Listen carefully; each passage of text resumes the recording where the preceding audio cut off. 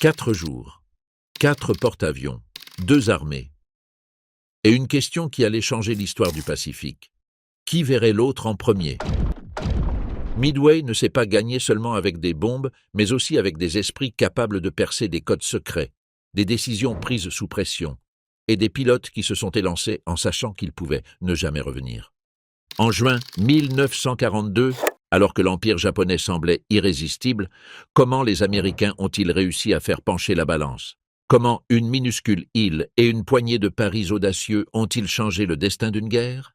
Aujourd'hui, nous allons raconter comment les États-Unis ont fissuré l'illusion d'invincibilité japonaise. Mais avant, si tu es nouveau sur la chaîne, abonne-toi et active la cloche. Ici, on raconte les batailles avec rigueur historique, mais dans une langue claire. Aujourd'hui, place à la bataille de Midway et à la façon dont le renseignement, la ruse et le courage ont freiné l'Empire japonais et redessiné la carte du Pacifique. Et maintenant, commençons. Pour comprendre Midway, il faut revenir au mois précédent. Entre décembre 1941 et mai 1942, le Japon enchaîne les victoires éclairs. Les Philippines s'effondrent, la Malaisie et Singapour tombent comme des dominos, et les Indes orientales néerlandaises se rendent devant une combinaison redoutable d'aviation embarquée et de forces amphibies. La flotte combinée japonaise opère avec une chorégraphie impeccable. Ses porte-avions, la Kido Butai, ont prouvé à Pearl Harbor, dans l'océan Indien et en mer de Java, que la nouvelle royauté des océans, c'est l'aéronaval. Dans ce climat de confiance, l'amiral Isoroku Yamamoto conçoit le coup suivant. Frapper Midway, une île à mi-chemin entre Hawaï et les Aléoutiennes, pour forcer la sortie des porte-avions américains. L'objectif n'est pas de prendre une île par caprice, c'est de tendre un piège chirurgical. Si les États-Unis accourent, ils le feront avec leurs forces de porte-avions, désormais plus précieuses que n'importe quelle escadre de cuirassés. Et si la Kido Butai les coule, le Pacifique central restera sans défense. Yamamoto dessine une opération complexe. Il disperse ses forces pour semer la confusion et éviter qu'une seule détection fasse capoter l'ensemble. Une pince principale s'abat sur Midway avec 4 porte-avions lourds. À l'arrière, bien à l'arrière, avance la force principale, avec cuirassés et croiseurs, pour achever ce que l'aviation aura entamé. Au nord, une offensive sur les Aléoutiennes doit distraire le commandement américain et l'obliger à diviser ses maigres ressources.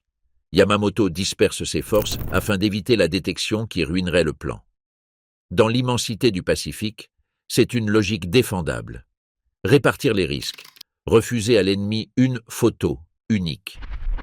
Le prix à payer, c'est la cohésion temporelle. À l'heure de vérité, la force principale pourrait être trop loin pour appuyer Nagumo quand sa force de porte-avions aura le plus besoin de muscles. Ni les cuirassés, ni les porte-avions légers qui suivent des routes périphériques ne pourront intervenir dans les heures décisives. Cette dispersion les protège d'un désastre global, mais rend impossible un soutien immédiat pendant la bataille.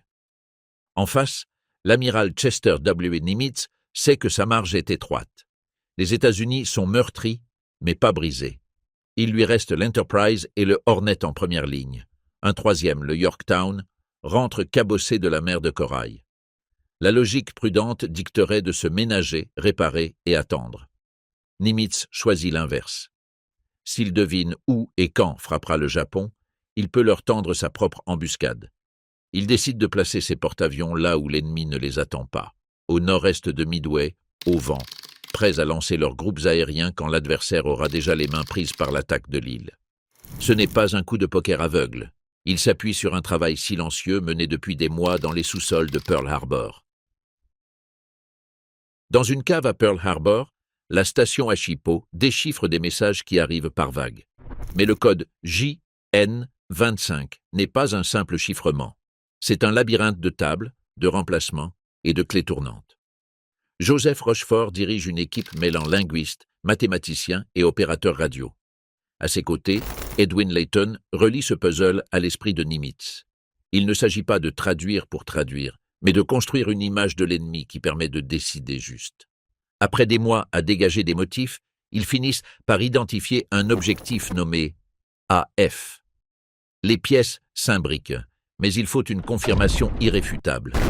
Alors vient une idée de manuel de contre-intelligence. Lancer un appât. Depuis Midway, on transmettra en clair « L'usine de dessalement est en panne. Nous manquons d'eau potable. » Peu après, le trafic chiffré japonais mentionne « AF manque d'eau. » Plus de doute. L'hameçon a pris. Hippo n'associe pas seulement AF à Midway. Ils estiment aussi les dates, les routes probables et la composition des forces.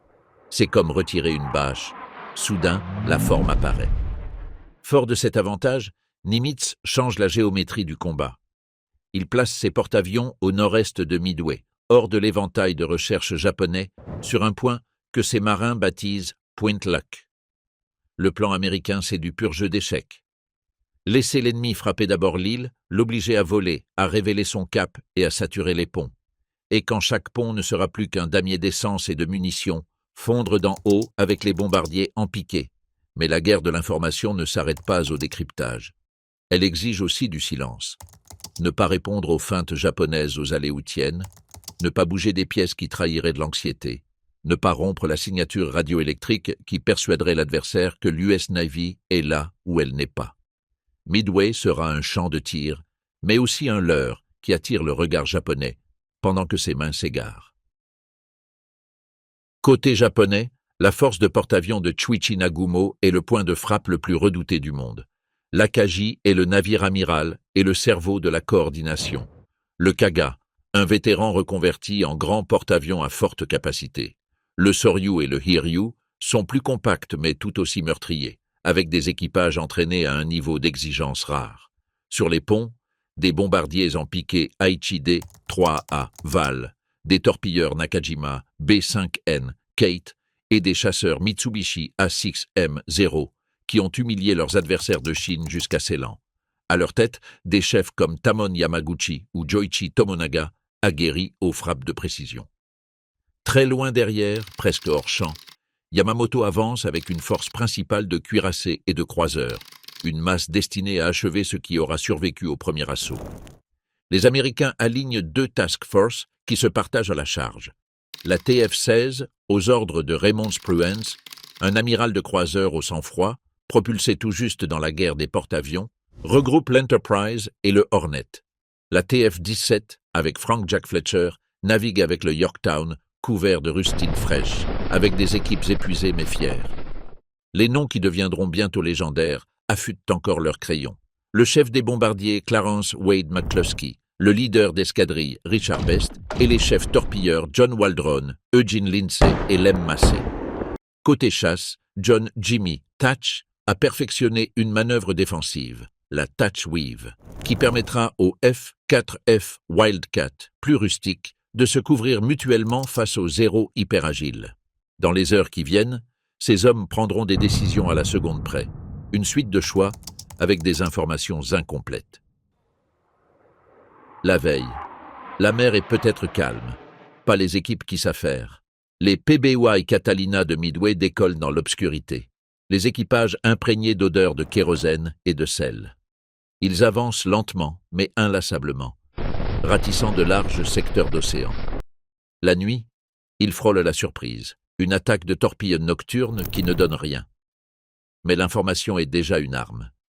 Les signalements commencent à dessiner des ombres là où, hier encore, il n'y avait que conjecture. À l'aube du 4 juin, la Kido Butai montre les dents. Nagumo lance sa première frappe contre Midway.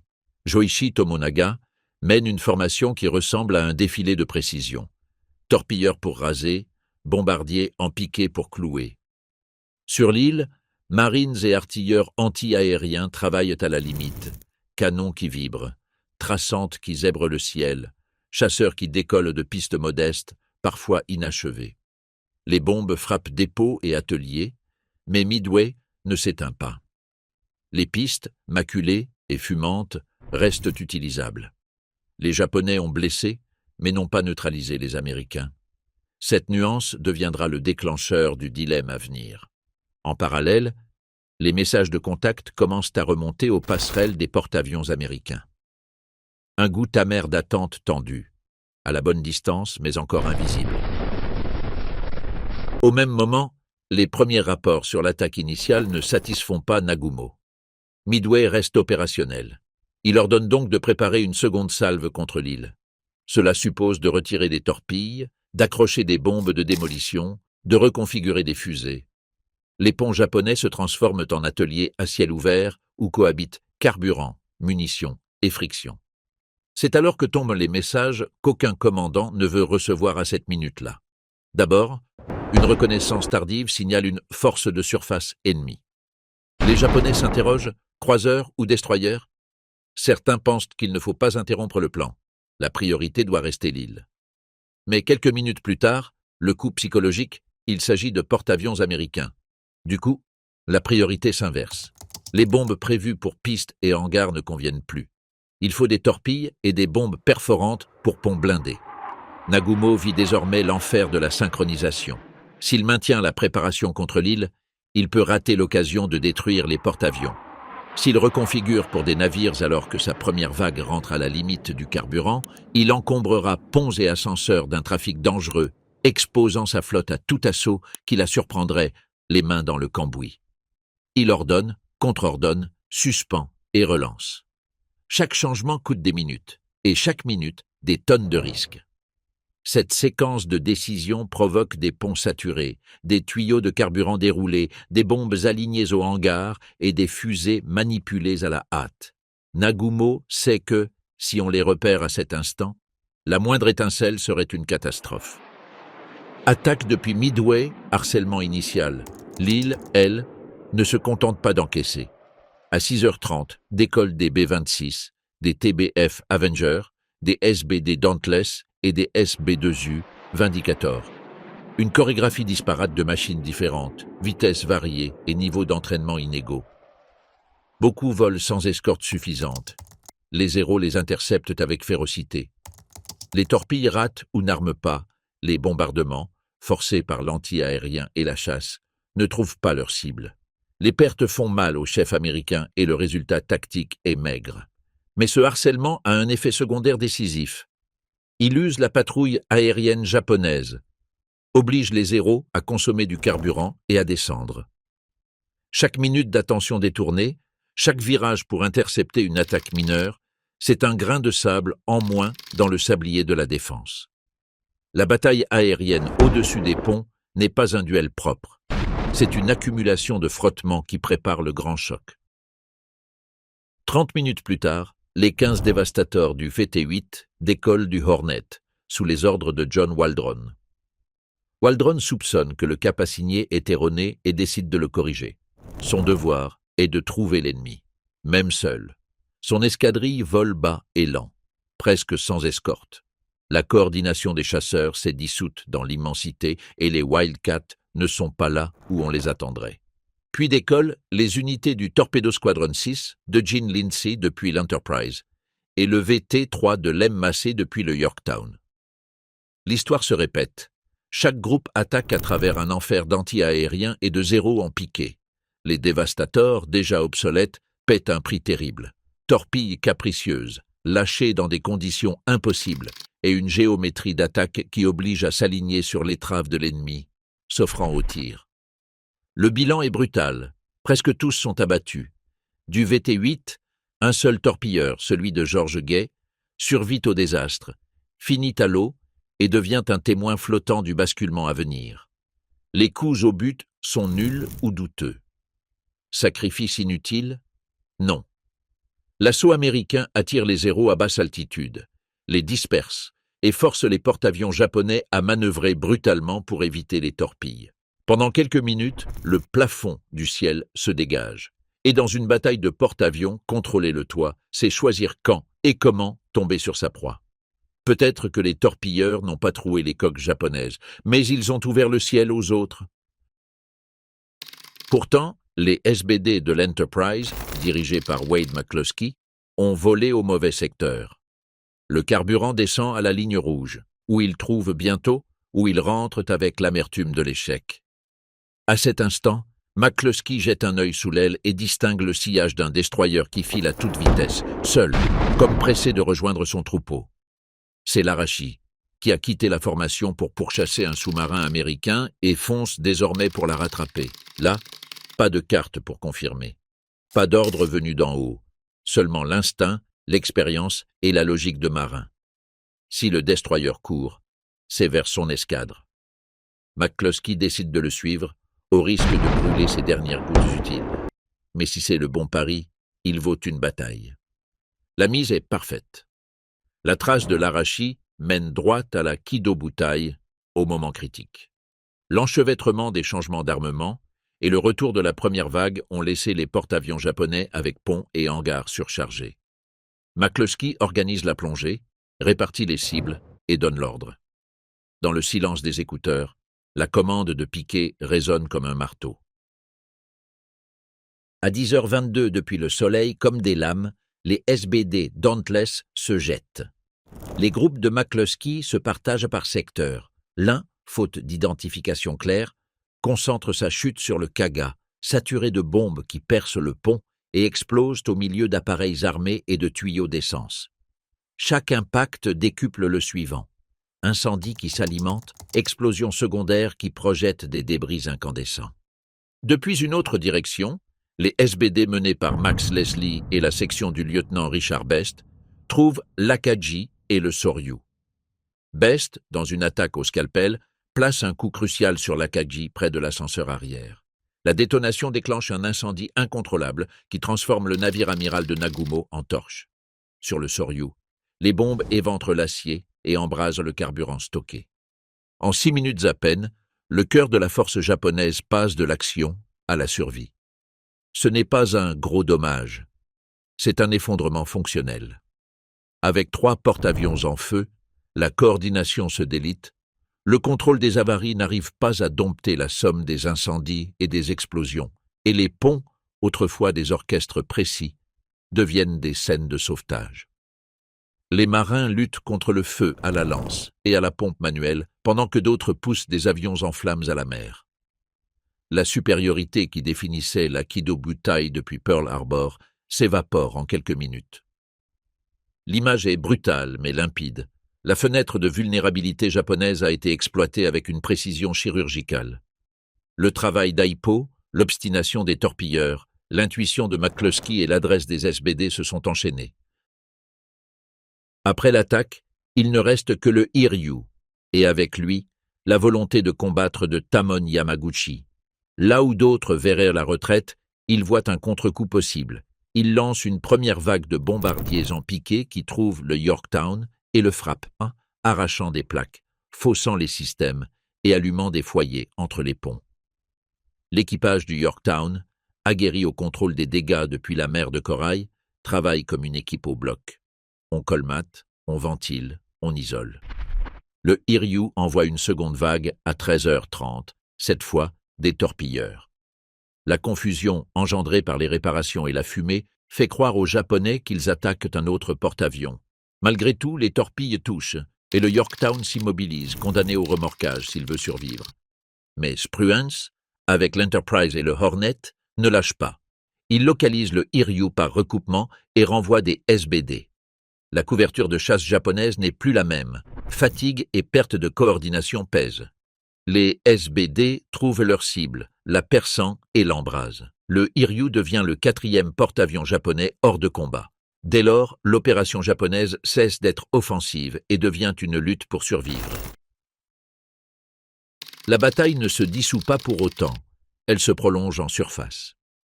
Dans la retraite, les croiseurs Mogami et Mikuma connaissent un accident. Dans la brume, une manœuvre d'évitement précipitée provoque un choc et de lourds dégâts.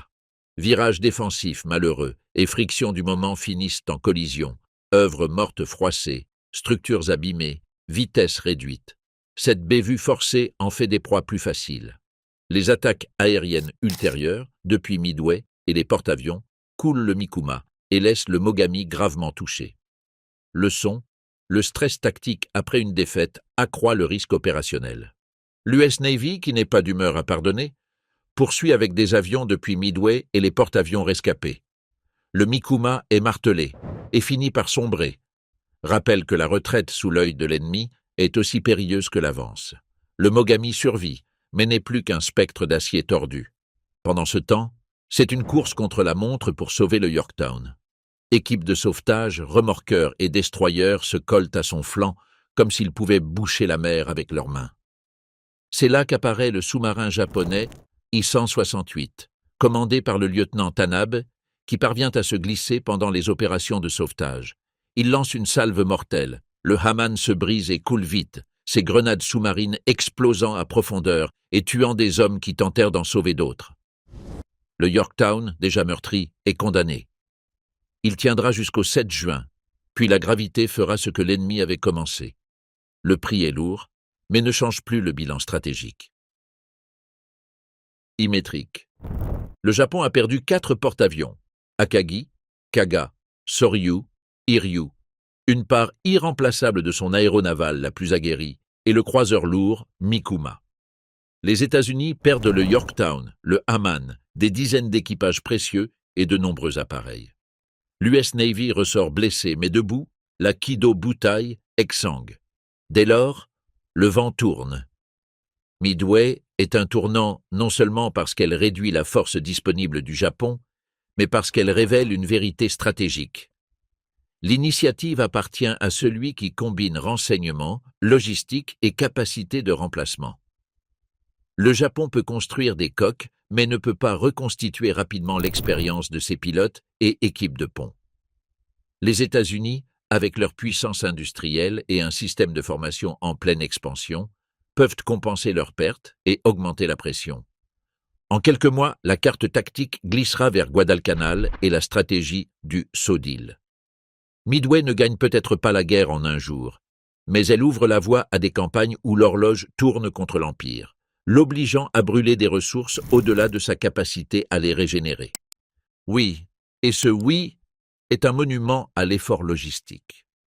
Après la mer de Corail, le Yorktown arrive à Pearl Harbor avec une liste d'avaries qui ferait penser à des semaines de bassin. On opte pourtant pour un raboutage de guerre. Équipes civiles et militaires travaillent sans relâche, 24 heures sur 24, en priorisant système de vol, carburant, contrôle des avaries et le strict nécessaire pour opérer. Certains ouvriers resteront à bord en transit. C'est un risque calculé. Le navire n'est pas impeccable, il est apte au combat, et sa présence à Midway change le rapport de force. Sans lui, l'embuscade américaine aurait eu moins de dents. Pour l'avenir, Midway a montré que le courage sans information n'est que bruit, et que l'information sans décision ne vaut pas mieux. Dans le sous-sol d'Aipo, des civils au casque ont entrouvert une fenêtre sur le futur. Sur la passerelle de Nimitz, un amiral a choisi de risquer quand il était plus confortable de se couvrir. Dans la cabine d'un torpilleur, Waldron, Lindsay et Massey ont volé en sachant qu'ils ne reviendraient peut-être pas, et pourtant, ils ont poussé les zéros vers le bas et donné de l'air aux autres. Là-haut, McCluskey a lu un sillage, rien qu'un sillage, et l'a suivi jusqu'au cœur de l'ennemi, pendant que Best et les SBD plongeaient quand les ponts n'étaient plus que poudrières. Dans une guerre où tant de plans se veulent parfaits, Midway a prouvé que les batailles réelles se gagnent par des imperfections alignées, des messages qui arrivent à temps, des intuitions justes, des rustines qui tiennent, des mains qui ne tremblent pas. Ce jour-là, une flotte qui semblait invincible a cessé de l'être. Pour le Japon, dès lors, la question n'était plus « comment continuer à gagner ?» mais « comment freiner la chute ?» Si ce voyage au cœur de Midway t'a plu, dis-moi en commentaire ce que tu veux voir ensuite. Stalingrad, Hiroshima et Nagasaki. Si cette vidéo t'a été utile, partage-la. Tu nous aides à ce que plus de gens comprennent l'histoire avec la tête et avec le cœur.